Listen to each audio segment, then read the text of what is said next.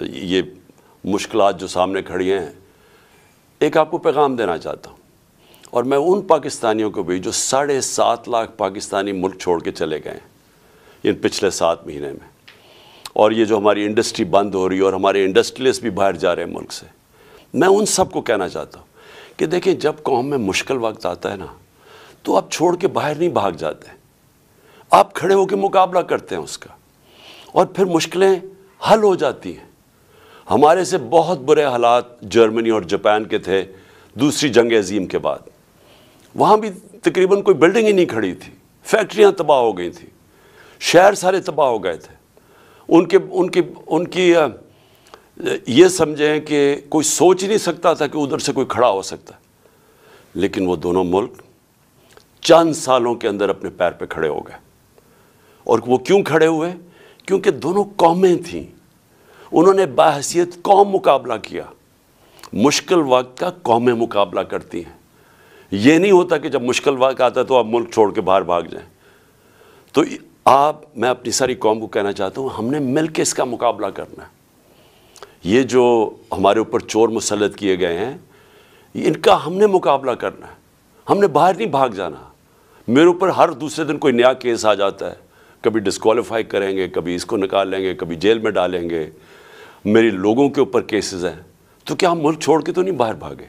میں تو یہیں کھڑے ہو کے اس کا مقابلہ کروں گا، جان کو خطرہ ہے لیکن میں یہیں مقابلہ کروں گا۔ اور میں آپ سب کو کہنا چاہتا ہوں کہ یہ اللہ نے ہمیں ایک تحفہ دیا ہے پاکستان، اور قائد اعظم نے کہا تھا کہ کوئی طاقت پاکستان کو تباہ نہیں کر سکتی، کیونکہ قائد اعظم نے تب سوچا تھا کہ ہم بحیثیت قوم جو اپنی آزادی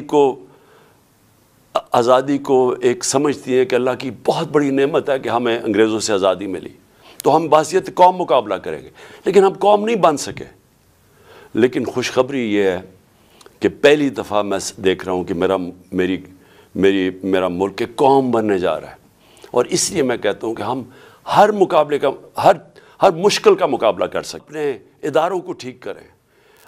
سب سے بڑی بات یہ کہ پاکستان میں قانون کی حکمرانی لے کے آئیں، اس ملک میں انصاف کریں، اور میں سمجھتا ہوں کہ اگر ہم نے جو اگلے تباہی آ رہی ہے راستے میں، اس سے صرف نکلنے کا ایک کام ہے کہ قوم ساری کھڑی ہو جائے کہ ہم یہاں عدل اور انصاف چاہتے ہیں، ہم طاقتور کو قانون کے نیچے لینا چاہتے ہیں۔ جو اللہ نے قرآن میں کہا ہوا ہے کہ سب سے زیادہ ضرورت ایک ملک کے اندر اللہ کی زمین پہ انصاف قائم کرو۔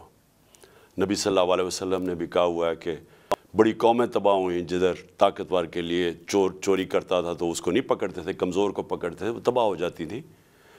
اور حضرت ابو بکر جب خلیفہ بنے، حضرت عمر جب خلیفہ بنے، دونوں نے پہلی تقریروں میں کہا کہ ہم انصاف قائم کریں گے، طاقتور کو قانون کے نیچے لے کے آئیں گے۔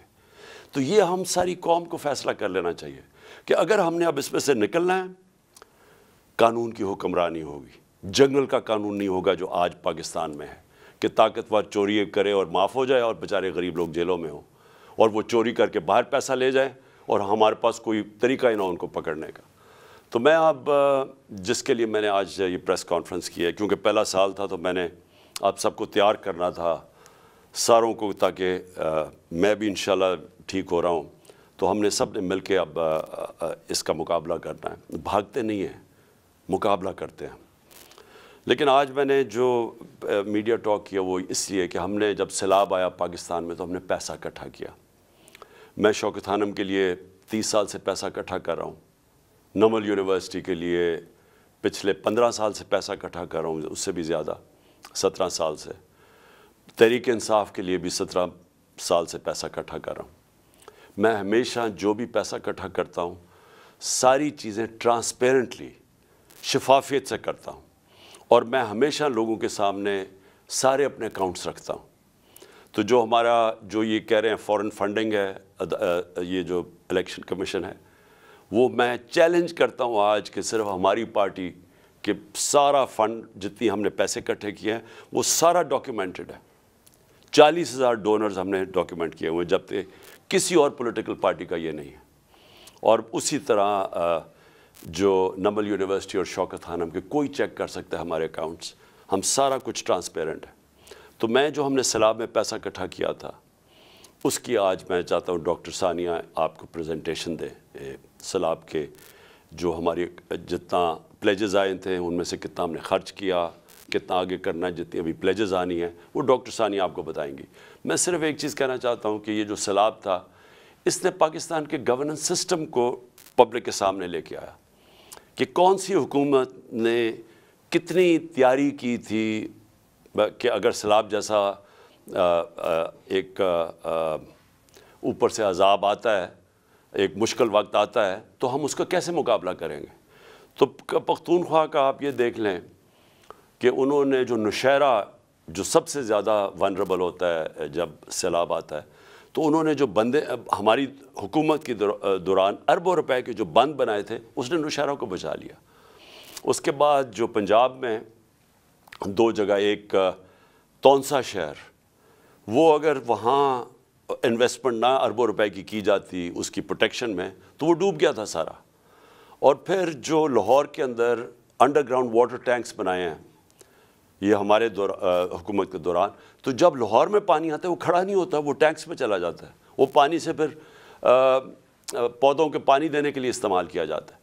لیکن سندھ کے اندر سب سے بڑی بات یہ ہے کہ کیونکہ سندھ کا فلیٹ ہے، اس کے لیے بہت ضروری تھا کہ جب پانی آتا ہے تو وہ ڈرین کر سکے۔ تو جو رائٹ بینک آؤٹ فال کینال بنائی گئی تھی وہ پانی کو ڈرین کر کے لے کے جانا تھا سمندر میں۔ اب وہ 2020 میں وابڈا نے ہماری حکومت کے دوران وہ جو اپنا انہوں نے ایریا کمپلیٹ کینال کا جو کمپلیٹ کرنا تھا وہ کر دیا تھا۔ انہوں نے 7 شہر تک وابڈا نے جو رائٹ بینک آؤٹ فال کینال کا تھا وہ پورا کر دیا تھا، لیکن جو آگے سندھ حکومت تھی اس نے وہاں سے آگے لے کے جانا تھا پانی سمندر تک، وہ نہیں انہوں نے کیا۔ اس کی وجہ سے تباہی بہت زیادہ مچی ادھر، آپ کے سامنے سندھ کے حالات تھے۔ اور اس میں سارے جو ہمارے لوگ ہیں وہاں بتاتے ہیں کہ بدنیتی بھی تھی، طاقتور نے اپنی زمینیں بچانے کے لیے کمزور کی زمینیں ڈبو دیں، یہ ساری ہمیں رپورٹس ہیں۔ تو ہم نے فیصلہ کیا تھا کہ جو بھی پیسہ اکٹھا ہوگا وہ ہم سارے پنجاب میں دیں گے، ہم سارے صوبوں کو دیں گے۔ تو جو سندھ کا پیسہ تھا وہ ابھی ڈاکٹر ثانیہ آپ کو بتائیں گی، ہم ان سے جو ڈیٹا مانگ رہے ہیں سندھ حکومت سے اور NDMA سے، وہ ہمیں ڈیٹا ہی نہیں دے رہے۔ تو تاکہ ہم نے 1 ارب کا فیصلہ کیا تھا سندھ میں بانٹنے کا، لیکن اس کا ڈیٹا ہی نہیں مل رہا۔ تو ڈاکٹر ثانیہ آپ کو ساری اس کی ڈیٹیلز دیں گی۔ تو ڈاکٹر ثانیہ پلیز اب ذرا آپ لوگوں کے سامنے جو بھی کتنا پیسہ اکٹھا ہوا، کتنا آنا ہے اور وغیرہ پلیز لوگوں کے سامنے بتائیں۔ بسم اللہ الرحمن الرحیم۔ بہت شکریہ چیئرمین صاحب۔ سب سے پہلے تو میں تمام سننے والوں کو نئے سال کی مبارکباد پیش کرنا چاہتی ہوں، اور خدا کرے کہ اللہ تعالیٰ یہ نیا سال ہمارے ملک کے لیے خیر کا سبب بنا